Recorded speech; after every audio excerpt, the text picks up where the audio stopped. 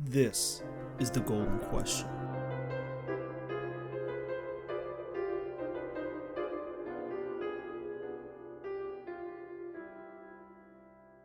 Hello, guys.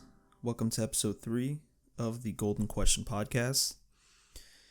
And again, I'm going to try to do these every day for now since we both have more times in our hand, me and the viewers. I have more time to record, you guys have more time to listen, so this is a win-win for both of us. So today I wanted to talk about the main reason behind these bailouts. The real reason. And I guess I'm asking a leading question because the question sort of has the answer in it.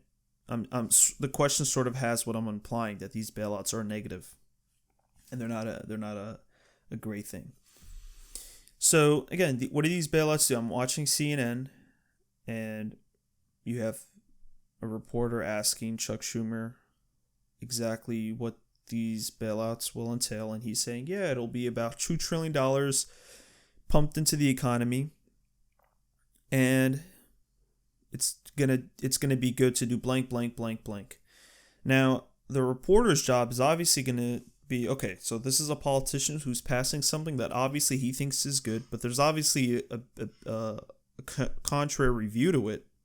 It's not all good, and obviously this politician is trying to sell you the all good part without giving you the negative consequences of it. But again, the reporter doesn't do that. The reporter just says, and the reporter actually agrees with him. He goes, yeah, this is going to be a great idea.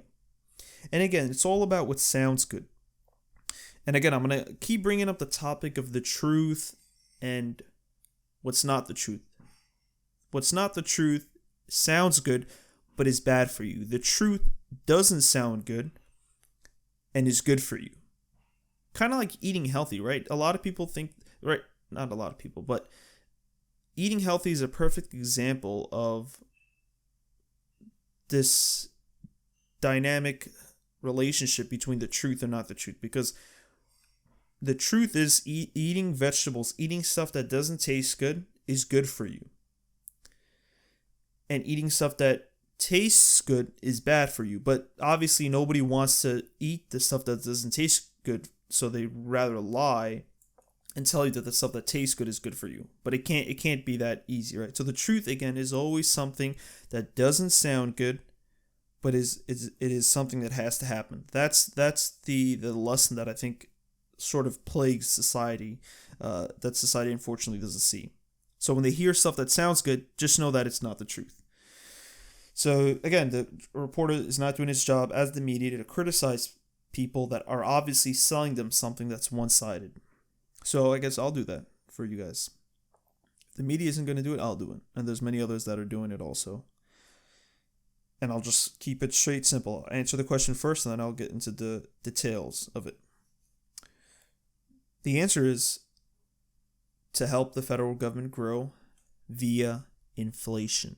That's the key word, inflation. And again, what is inflation? Inflation is the value of money being decreased. How do you decrease the value of money? By pumping more money into the economy. Now, how does that affect the government, you may ask? It affects the government in two ways, which are both positives. So obviously in inflation, the assets increase. The government grows because its assets increase. The federal government can tax more of your wealth. These politicians, theoretically, as an illusion, get paid more because of inflation. The second effect that it has, which is also positive, is that its liabilities decrease. Remember, whatever inflation does, your liabilities still stay the same. If I owe you $100, it's still going to be $100 regardless if it's now or if it's 100 years from now. I still owe you $100. And what inflation does is it lowers the value of your debt. And again, partially due to the interest rates. The more money they print out, interest rates get lowered. And again, that in effect lowers the amount to service the debt. That lowers the consequence of servicing the debt. And again, that's the simple explanation for everything the government does to print money. And this all works in handy with the Federal Reserve. the Federal Reserve was designed so that it's apolitical, so that it supposedly does what's best for the nation. And what's best for the nation is obviously increasing the value of people's currencies. By doing that, it has to raise interest rates. It has to have money that's backed by something, not just created out of thin air. And it can't just listen to the demands of the federal government. But you're seeing the opposite of everything I just said. And this is exactly the concern that was debated at the time during the creation of the Federal Reserve in the beginning of the 20th century. But a lot of people just shrugged it off. So we're seeing this stuff play out. We're seeing why the Fed can cause and is detrimental to essentially the collapse of the U.S. economy. So the Fed, in my opinion, was designed to help the federal government grow. And whether it was something that was intentional or something that people don't realize, and it's probably something that people don't realize, and I think that's the whole point of not doing something that's truthful, is that it's going to have unintended consequences, and it gives the illusion that whatever you're doing is intentional, regardless if it actually was, and it gives the illusion that it's intentional. I have a glass of water with me this time, so my mouth doesn't get dry. I learned that the hard way. So, again, that is the real reason behind these bailouts, and I think I answered that pretty quickly. 6 minutes? Yeah. So the real reason behind these bailouts is to create inflation. What does inflation do? It helps the government in two departments.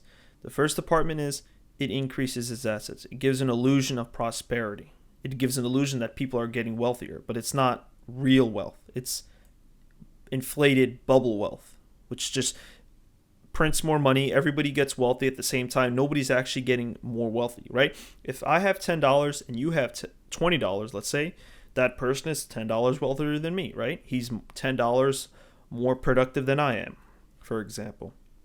But now if somebody comes in and gives us both $10, well, he's still $10 than me. It may look like I got wealthier. I got 20, now I have 20. He also may look like he got wealthier. From 20, he went to 30. But guess what? The difference is still $10. That's the point that people need to understand, is what I'm trying to say. When you give everybody money, nobody's wealthier. It's just people have more money, but nobody's wealthier on a real basis. That's the net basis. That's what matters. The real basis. When you net everything out, you're back to square one. You're back to everybody else where they were before you gave them the money. So when the government is going to come out, give people a bunch of money, it actually just increases the amount of money that everybody has, but nobody is more above someone else. And what that's going to do, consequently, on the negative aspect, is it's going to increase the price of goods, right? The supply is still there. The government can't increase the supply. And again, I've made this clear many times before in my previous podcast. The government cannot increase supply. That's the actual legitimate way of increasing the economies, increasing supply of goods and services that all benefit us. Because at the end of the day, the supply is what matters. The goods are what matter, not the demand that I have, the money that I have. It's the good that matters. So what the government can't do is increase supply. So the supply is still stagnant, still consistent, and you just give everybody more money, and then it's just going to bid up the price for those limited supply of goods that still hasn't changed.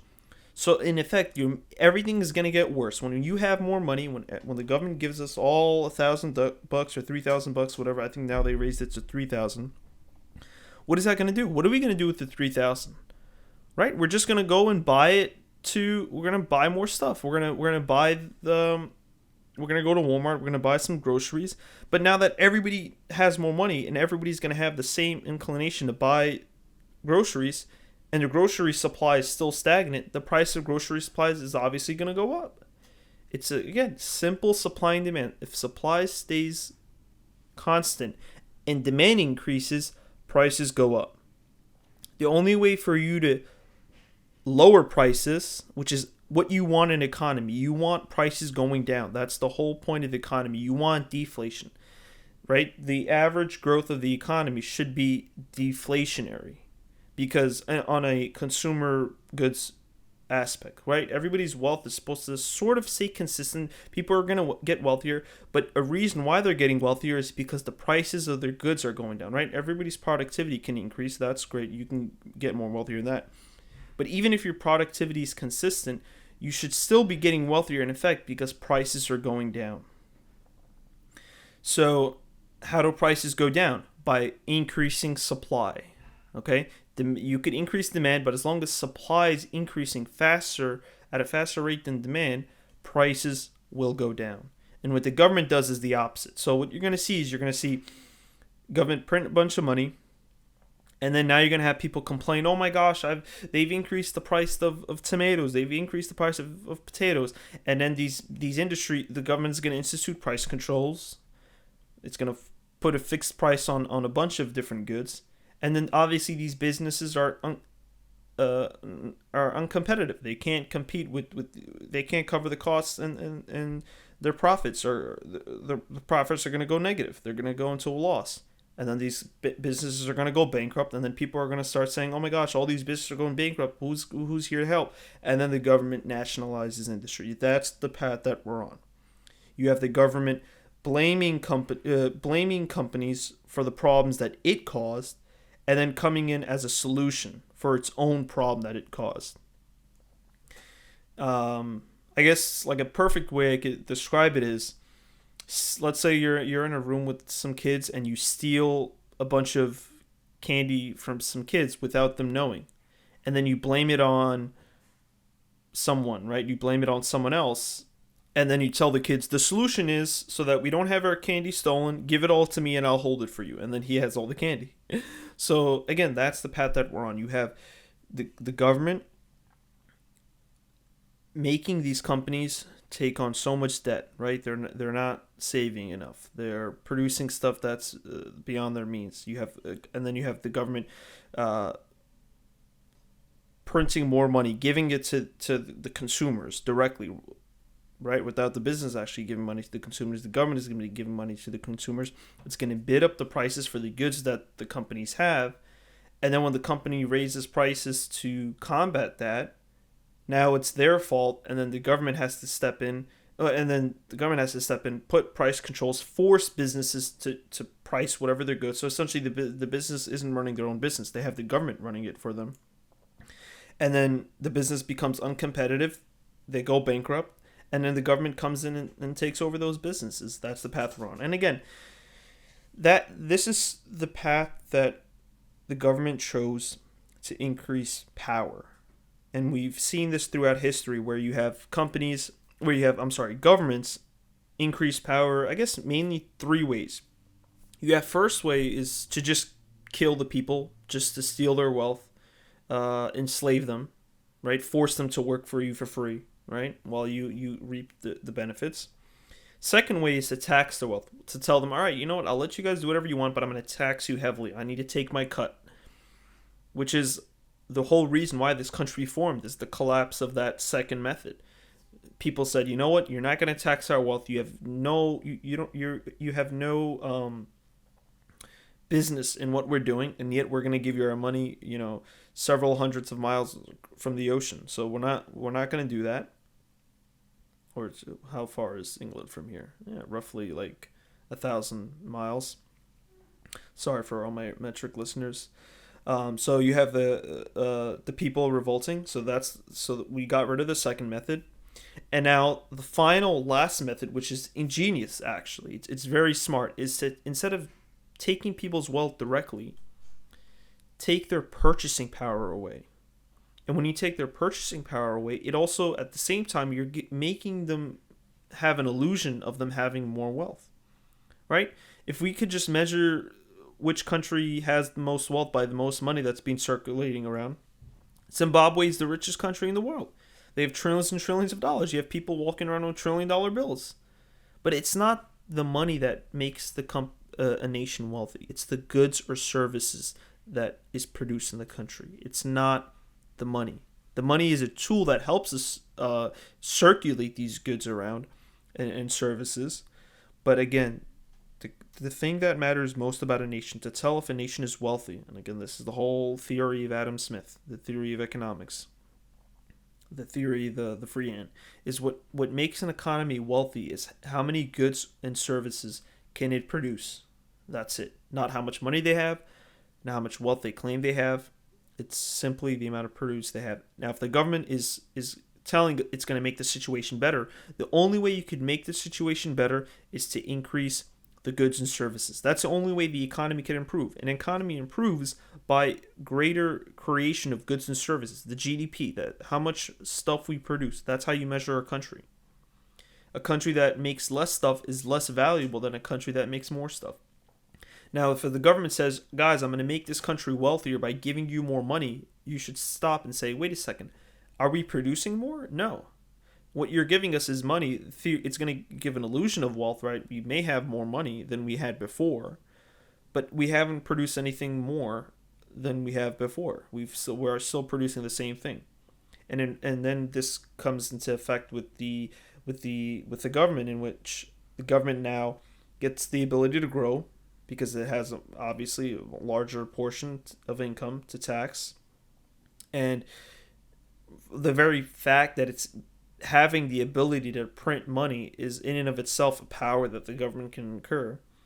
And then the debt that it has, all the debt that it got to do whatever it needs to do, becomes less valuable. They can service the debt easier. So the government, at the end of the day, it's an equation. You can look at it as an equation. The government creates inflation so that the value of its debt lowers and it continues to grow. Because the only way for an economy to grow, again, I'm going to say this a million times, is to create more products and services. If you don't want to create more products and services, but you still want to grow, first of all, you can't. But if you do want to grow in a theoretical way, is to increase your wealth by printing money and incurring debt, but then at the same time, your debt loses value. So again, and this also goes into the MMT theory, which is, again, we could have another episode on that. So I guess that's what I wanted to do today. Pretty much talk about the lunacy that we're seeing in the media and what the Fed is doing and how nobody's stepping up and questioning it. Again, we're going to get some although it's weird because now we have Trump as president, and a lot of people supported Trump. A lot of those people who were questioning the Fed now support Trump. But then it's weird how they see their supporter go against them, and I don't think a lot of people are going to realize that. They're just going to think that, they're going to think that Trump is doing whatever's best for them, but in fact he's just the same old politician. He's in the same swamp that every other president was in. And it's going to be interesting to see what's going to happen. So I guess that's it for today's podcast. I know I got on a little tangent at the end. So again, I'll be making these episodes daily now that we have more time. And I'll see you guys in the next episode. Stay safe.